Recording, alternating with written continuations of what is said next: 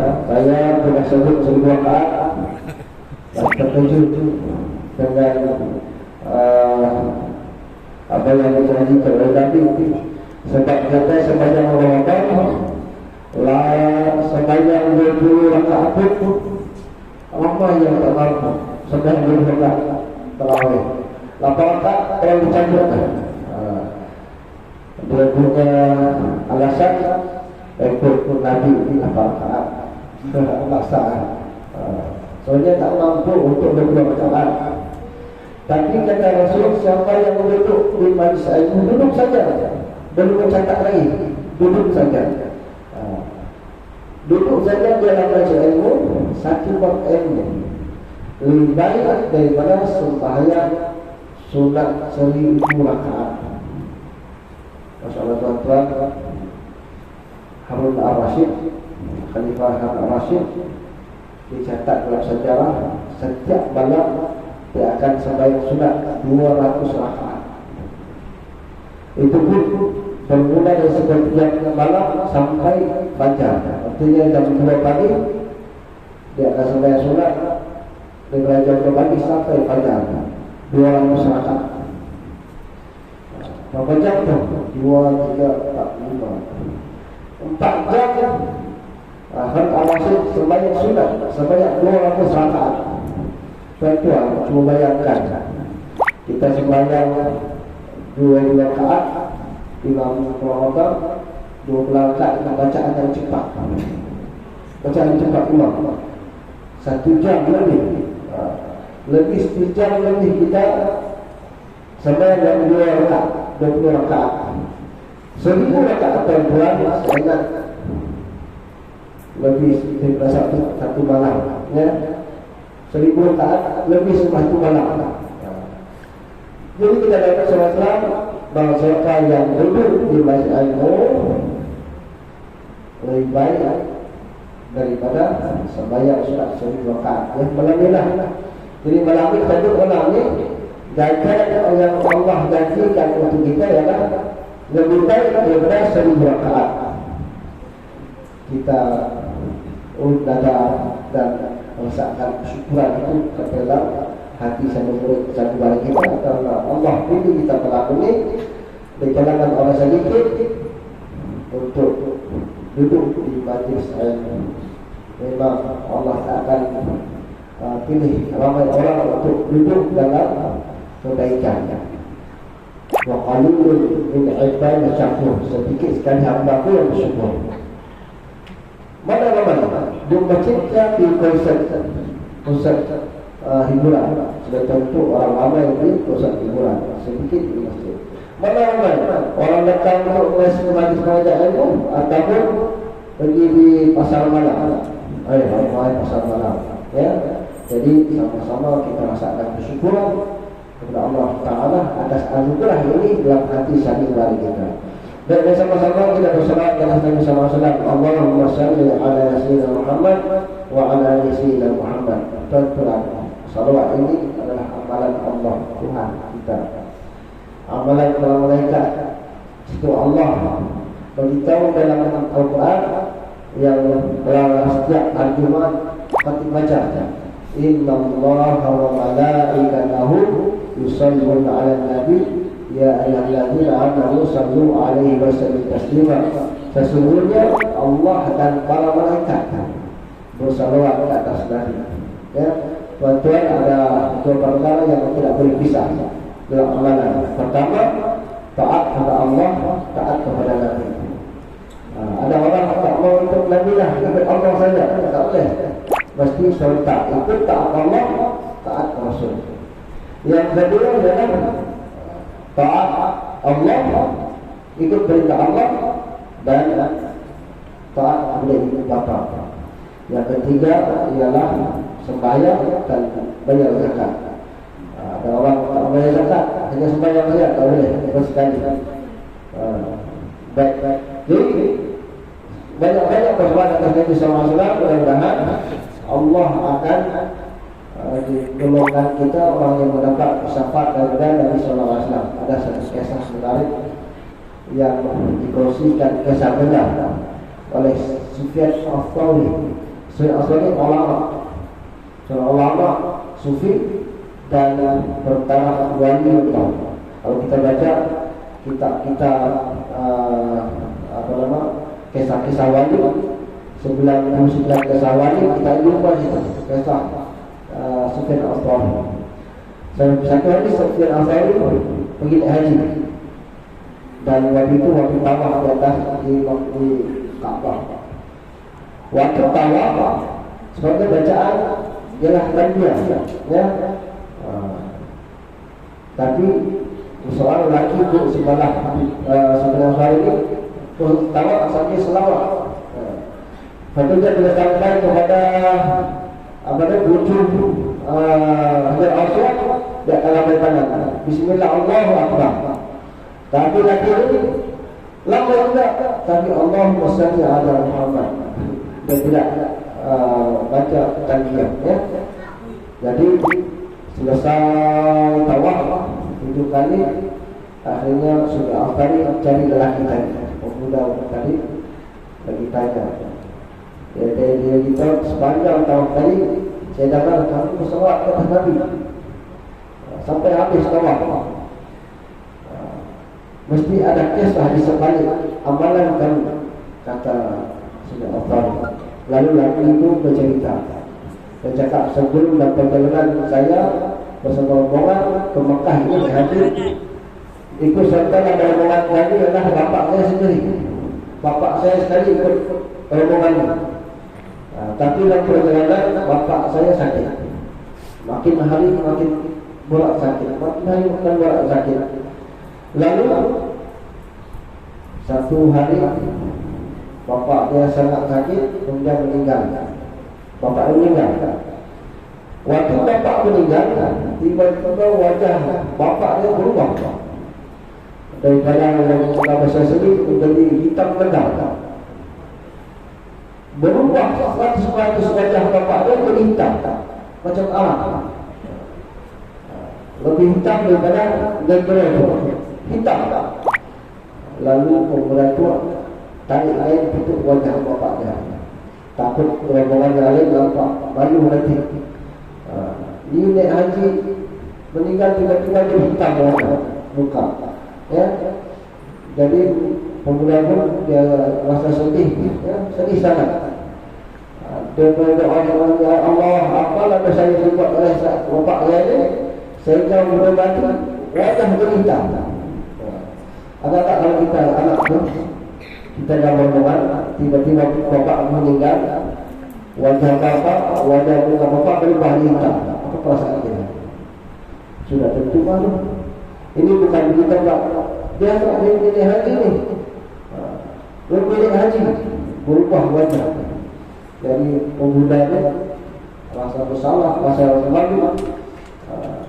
Tertutup wajah muka bapak dia tu. Kalau datang orang lain tanya macam mana bapak muda wajah tertutup, tak bagi.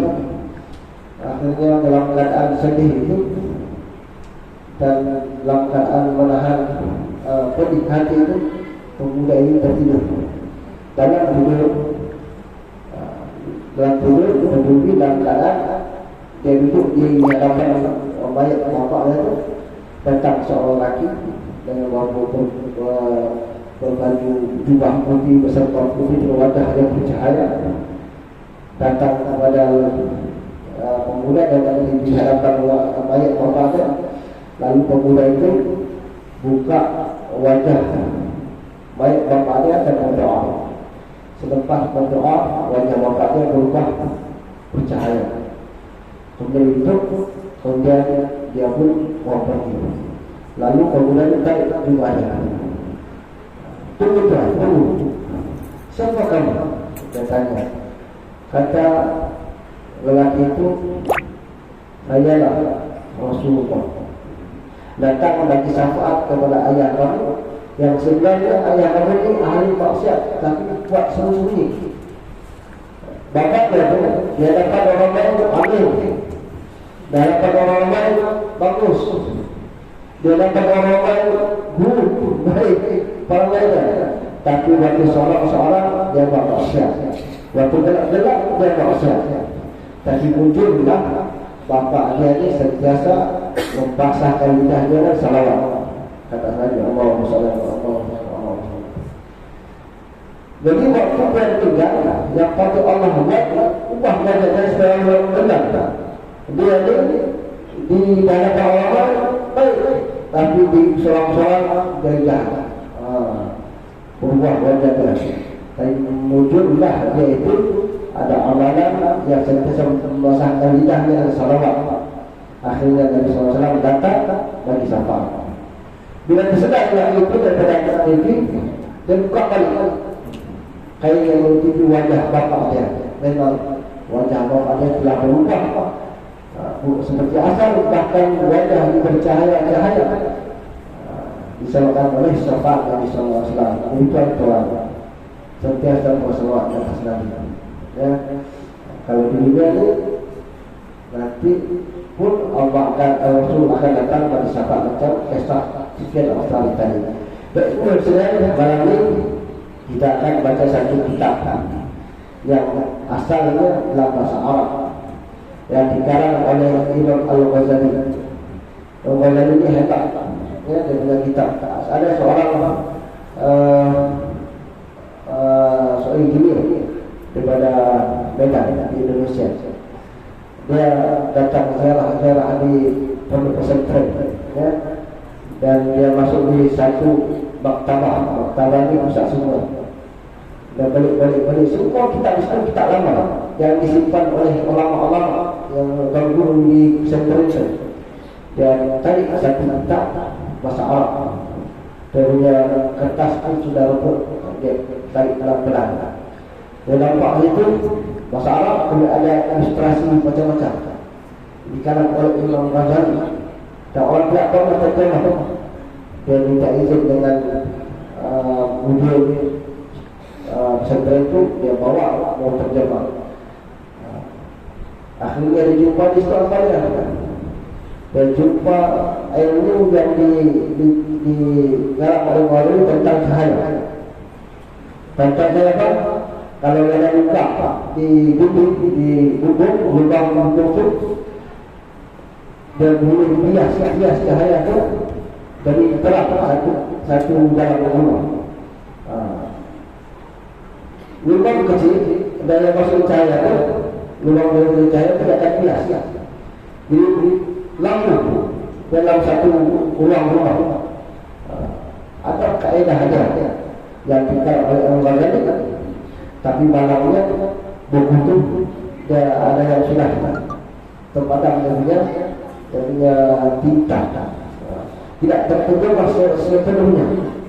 Artinya Imam Ghazali bukan saja ulama, tapi dia seorang saintis terkenal. Bayangkanlah satu lubang dalam kubur itu, tak boleh guna lampu ni. Waktu malam tutup semua tingkap, tutup pintu, lepas tu lubang yang kecil itu bila masuk saya berbias dari cahaya. Terang satu lubang yang tutup semua pintu. Hebat kan? Jadi di antara kitab Imam Ghazali yang di depan kita sekarang yang bertajuk Nasihat Setiap Diri daripada Imam Ghazali yang asalnya dalam bahasa Arab yang diterjemah oleh Ustaz Sulami Al-Ghazali. Ustaz Sulami Ghazali ya. Tadi pun dia ada video dalam kuliah di FB Ustaz Sulami. Kadang-kadang dia di tiga kalau di Radio tidak hadir maaf Usbah Nurani ya. Tanya Ustaz dalam TV 9 macam-macam lagi yang jangan dalam TV ya, Ustaz Sulami ya. Jadi ini kitab yang dikarang oleh Ghazali diterjemah balik oleh Ustaz Sulami pada tahun 1991 ya. Dalam kitab ini sudah tidak ada sekarang ini ya. Ini pun kitab ini sudah oleh Allah. Saya gambar ya, dan tulis sedikit buku dia pun boleh ya. Baik, jadi dalam kitab ini dia ada beberapa bab ya, ada 11 bab Yaitu bab pertama dia akan sebut bab satu ilmu. Satu bab satu ilmu dalam bahas. Kemudian bab yang kedua akan sebut dua. Yang bab ketiga akan sebut tiga ilmu. Ya. Di mana kita ambil yang pertama. Bab yang pertama yaitu diriwayatkan ya hadis. Banyak perkara disebut diriwayatkan awalnya Allah qala lahu aktub bahwa kana ila yaumil qiyamah. Riwayat Imam Ahmad dan Tirmizi. Jadi kata Nabi sallallahu hadis ini perkara yang pertama yang diberikan oleh Allah ialah qalam. Berkata Allah kepada tuliskanlah segala kejadian hingga hari kiamat. Maksudnya hadis ini kata Nabi yang pertama-tama dicinta oleh Allah. Sebelum Allah cinta manusia, sebelum Allah cinta langit, sebelum Allah cinta aras, sebelum Allah cinta segala-galanya, kosong. Belum ada segala galanya, belum ada lagi. Yang dicintai Allah, yang pertama dicintai Allah ialah kalam. Kalam ini pen. Allah al-qalam. Pertama dicinta oleh Allah. Kejadian yang pertama dicinta oleh Allah ialah qalam. Dan Allah berfirman kepada qalam, tuliskanlah segala kejadian hingga hari kiamat. Jadi yang dicipta awal-awal bukan matahari, bukan jin, bukan manusia, bukan malaikat yang cipta awal. Yang pertama-tama di ciptaan yang Allah cipta ialah qalam. Dan Allah beritahu qalam, pasal qalam, tulis segala kejadian hingga hari kiamat. Itu tugas qalam, ya. Maka qalam pun bekerja. Semua kejadian. Sehinggalah qalam tertulis Allah cipta Allah cipta aras, Allah cipta malaikat, semua ditulis dalam qalam sampai hari kiamat. Ya. Jadi pertama-tama ciptaan dicipta oleh Allah ialah qalam.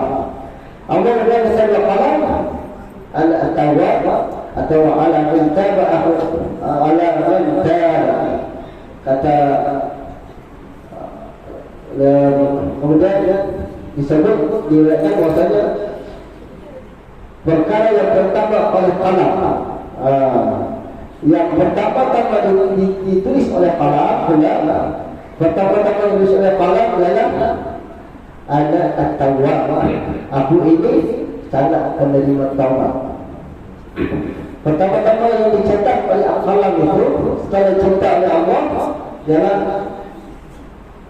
ialah aku ini sangat menerima taubat.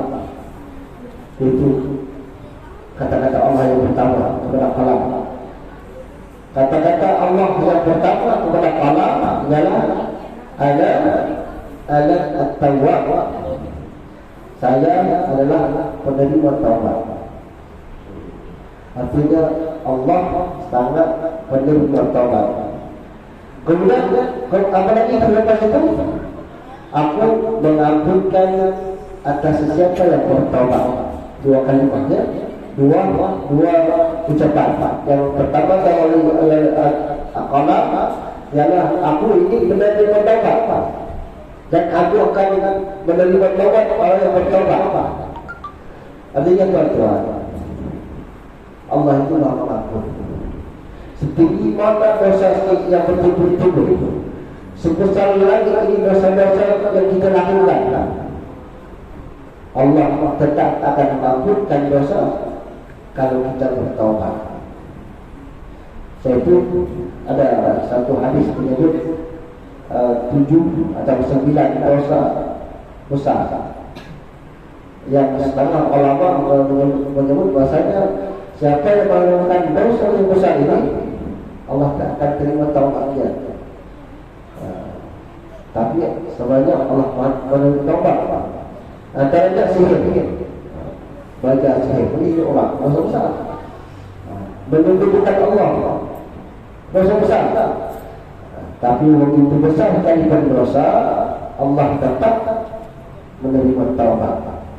Jadi jangan kita berputus asa daripada bertaubat. Tuan-tuan, ada satu kisah. Seorang ini sangat jahat. Dia bukan jahat biasa. Ya, kalau kita tengok yang dalam FB Ustaz ini dia termasuk di penjara Indonesia di Surabaya. Di Surabaya. Tengok dia buka baju dalam penjara, Masya Allah, patuh baju. Duduk dalam penjara, kemudian badan itu ditato, bukan hanya badan, muka pun ditato, banyak tato. Ya, menunjukkan sangat dia, itu duduk penjara. Dan dapatkan begitu jahatnya dia, yang di penjara itu, sehingga badan ditato bukan ditato. Ada seorang lagi matanya hitam. Rupanya mata hitam itu bisa ditato, warna ini, hitam. Dia kembangkan betapa jahatnya dia ditutup penjara, wajar pula. Tapi ada satu kisah di sebelah hadis Bukhari dan Muslim, kisah dia. Bukan setakat bukan main-main jahat, ada yang mau jahat betul. Tapi satu hari terdetik hati dia mau bertobat. Ya, tersedar. Jahatnya dia bukan setakat bunuh orang, bukan setakat dia satu orang, dia membunuh. Dia bunuh sehingga 99 nyawa. 99 nyawa dia bunuh. Satu hari dia sedar. Sebab dosa ini, sebenarnya dosa ini disebutkan nanti dosa itu adalah perkara yang merisaukan hati. Siapa ada dosa, hati akan gelisah. Bila gelisah tidak ada pandangan. Itulah neraka dunia sebenarnya. Orang yang menanggung dosa, hati tidak tenang. Orang yang menanggung dosa, hati tidak bahagia. Walaupun isi dia otak, orang bahagia dia isi otak, bukan sebenarnya isi otak itu bahagia. Ada seorang dulu pernah saya upah, saya sewa rumah kedai itu, saya buat kedai bawah, ada advertising, di atas saya buat tempat tinggal lah. Jadi saya panggil seorang tukang, dia buat sebenarnya tandah. Sambil korek kisahnya. Dan cakap, saya punya isteri yang sekarang ni, saya ada dua isteri. Satu yang isteri saya sekarang ni, dia cakap, saya kawin paksa. Waktu di Filipina, dia cakap, dia punya saudara dia dibunuh orang. Bukan orang, dia sekampung. Orang aku sebelah. Di Filipina dia M16 salah, pistol bawa biasa. Berganti pasal ayam boleh bunuh. Dululah. Jadi dia cakap saudara dia, pakcik dia dibunuh oleh orang sebelah. Dia pun tanam kembang. Dia cakap dia bunuh pakcik dia, kan bunuh dia lagi.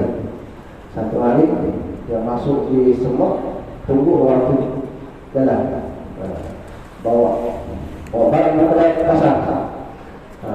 Dia tunggu dalam semua, dia tunggu orang terlipas. Kemudian dia lipas orang itu, ada 3 orang yang tembak semua. Dia cakap macam itu tiba-tiba jatuh lah, dia tembak, jatuh semua. Lepas dia berlari di rumah orang yang bunuh itu, jadi anak darah dia. Ambil anak darah dia yang anak yang dibunuh itu, dia bawa balik bawa di sama, dia dikatakan isteri. Dia bawa balik sama, dia isteri kedua. Mudah lagi. Kalau saya tahu, saya bertanya, bahagia tak? Tidak juga. Kadang-kadang sentiasa jaga dengan bini sudah tidak lari. Jadi dia bahagia pada tuan. Jadi dosa itu satu yang menyebabkan hati tidak bahagia. Jadi kisah tadi dalam kisah hadis itu, dan di sana seorang laki yang telah bunuh 99 orang, lalu hatinya ingin bertaubat. Satu hari dia jumpa seorang ustaz, ustaz guru lah. Dia tanya, ustaz, saya ini mau bertaubat, bolehkah? Sebelum ini saya banyak dosa. Ustaz bertanya, apa yang dosa kamu buat? Saya sudah bunuh jiwa, saya sudah bunuh orang sebanyak 99 orang. Ustaz bertanya, ya kamu itu orang Islam atau bukan? Dia orang Islam. Dia cakap, bunuh satu nyawa orang mukmin, orang Islam, dia adalah salah satu dosa besar. Jadi kamu sudah bunuh 99 nyawa, lagi besar dosa kamu. Oh, tiba-tiba dia marah, dia pukul satu meninggal. Jadi akhirnya sudah berubah. Saya bersaudara dia bunuh, tapi hati tetap tidak tenang. Dia jumpai seorang tok guru. Dia tanya, tok guru, saya sudah bunuh 100 orang, tapi sudah bertaubat. Kata tok guru itu, sebenarnya Allah itu Maha Pengampun. Allah itu Maha Pengampun bagi siapa yang mau bertaubat. Jadi kalau kamu mau bertaubat, kamu mau hijrah. Hijrah tempat lain, jangan tempat yang ada kebaikan. Pergi belajar tempat lain. Kalau sini nanti orang terpengaruh. Dari laki itu pun waktu Tuhan berhijrah. Dalam perjalanan dia mati, meninggal. Jadi perlu malaikat rahmat dengan ayat berebut. Jadi kalau ayat itu dia belum bertambah lagi, baru berjalan. Malaikat rahmat dia sudah berjalan, walaupun baru bertambah. Artinya dia ini berhijrah tanpa yang untuk bertaubat. Dia mau bertaubat, lalu diperintahkan oleh Allah supaya dibuat sukat. Perjalanan antara yang tempat yang berlaku dengan tempat yang baik. Kalau tempat yang baik itu lebih dekat daripada yang tempat yang mulai buat jahat itu, lebih dekat yang kebaikan itu daripada yang jahat, maka dia baik, berarti lah kebaikan, ampunkan dosa dia. Lalu disukat oleh mereka, perjalanannya tempat yang berhijrah itu lebih dekat daripada tempat meninggal itu daripada yang tempat yang mulai berjalan. Maka dia akhirnya dia dikira sebagai orang bertaubat. Itu yang kedua, pertama-tama dicatat oleh Allah ialah aku ini benar bertaubat dan aku dari bertaubat orang yang mau bertaubat. Itu rahmat Allah. Bayangkanlah, pertama-tama cinta oleh Allah sebelum ada yang lain, sebelum ada cinta yang lain, cinta yang lain. Yang pertama pada Allah ialah salat, dan pertama-tama ditulis dalam salat atas perintah Allah ialah aku ini penerima taubat dan akan menerima taubat oleh yang bertaubat. Itu adalah taubat tidak pernah ada tidak punya pintu. Setiap saya terbuka, saya itu dikatakan 1000 langkah aku kepada Allah, 1 langkah kepada Allah, 1000 langkah Allah datang kepada kita. Itu adalah jadi Allah itu Maha Taubat.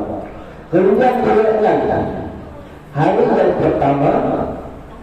yang pertama dijadikan oleh Allah ialah hari Ahad. Hari itu dunia diperlukan kepada hari. Jadi hari yang pertama dicipta oleh Allah ialah hari Ahad. Itu Ahad itu berarti Ahad itu bahasa Arab.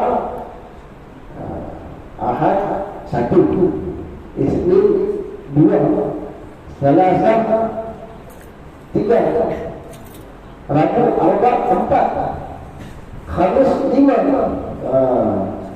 Jumatlah Sabtu 7. Itu ada agama orang Yahudi sembahyang pada hari 7, yaitu hari Sabtu. Tuan-tuan, kalau kita tengok satu gereja yang ada 3 ekor burung atau ada pulangkan, Pernah ada 3 ekor burung berjalan tu di atas tu, yang ada namanya SDA. SDA sebagai bentisan. Sebentar hari 7 sampai hari 7 itu agama Yahudi. Saya itu dia bukan mula salib kas. Di SDA ini adalah agama Yahudi, ya, bukan Kristen. Dia Yahudi. Dia kayu guna Yesus tidak, dia Nabi Musa. Jadi SDA ialah agama Yahudi. Ada di Negeri Sabah kan? Jadi pertama-tama hari yang dicipta oleh Allah adalah hari Ahad. Saya itu hari Ahad banyak kelebihan, ya. Dan diriwayatkan awal khalaqal insana faraj thumma qala hadza amanati indaka fala tad'aha illa haqqa. Perkara yang pertama dijadikan Allah daripada manusia ialah kemaluan. Jasad manusia yang pertama-tama Allah cinta ialah kemaluan. Lalu berkata Allah, ini adalah amanahku. Hadza amanahku. Ini amanahku kepadamu. Janganlah kamu meletakkannya melainkan pada yang hak. Tubuh manusia, tubuh Adam yang pertama-tama dicipta pada tubuh kita manusia adalah kemaluan. Dan itu untuk mengalahkan sunat ialah dengan persejauhan. Pertama antara uvari dan pertama. Jadi kata Allah, kembali itu adalah amanahku kepadamu. Jadi letakkanlah di tempat yang hak, ya. Diriwayatkan rumah yang pertama dibuat di muka bumi ialah Ka'bah. Ditanya kepada Rasulullah SAW, apakah tempat yang paling baik di atas muka bumi ini? Berkata Rasulullah, aku tidak tahu. Sehingga bertanya kepada Jibril. Ketika Rasulullah bertanya kepada Jibril, berkata Jibril, aku pun tidak tahu. Sehingga bertanya kepada Allah Azza wa Jalla. Kemudian berkata Jibril, ya Rasulullah, sungguhnya sebaik-baik tempat di muka bumi ini ialah masjid. Sebaik-baik ahlinya ialah orang yang paling awal masuk dan paling akhir keluar. Jadi rumah yang pertama dibina di atas muka bumi ini, maksudnya binaan yang paling mulia yang pertama dibina. Bukan rumah macam apa itu? Ini piramid bukan taman tergantung Madonna, bukan, ya. Tapi yang dikatakan di sini yang pertama binaan rumah yang mulia yang di bina di atas muka bumi ialah Ka'bah. Binaan yang pertama yang paling mulia dibina atas muka bumi ialah Ka'bah. Kemudian ditanya kepada sahabat dari Rasulullah, apa tempat yang paling di atas muka, paling baik di atas muka bumi? Rasulullah, aku tidak tahu. Aku tanya Jibril. Jibril cakap, aku tidak tahu. Aku tanya Allah. Dan Allah beritahu Jibril, tempat yang paling mulia sekali di muka bumi ialah masjid. Dan sebaik-baik orang, sebaik-baik ahlinya, ahli masjid ialah orang yang paling awal masuk dan paling akhir keluar. Tapi ada orang yang tidak keluar. Kadang-kadang orang panjang malam duduk di masjid ini, dia orang beriman bersuara ini. Kata Nabi, sebaik-baik ahlinya adalah orang yang paling awal masuk dan paling keluar. Dan masjid ini kata Nabi, kawasan masjid ini daripada bawah tanah bawah masjid ini sampai tadi kawasan masjid, ya. Itu diceritakan bahwasanya barang siapa yang mengambil tanah atau mewakafkan tanah yang asal tanah itu tanah biasa, tidak ada kelebihan tanah itu.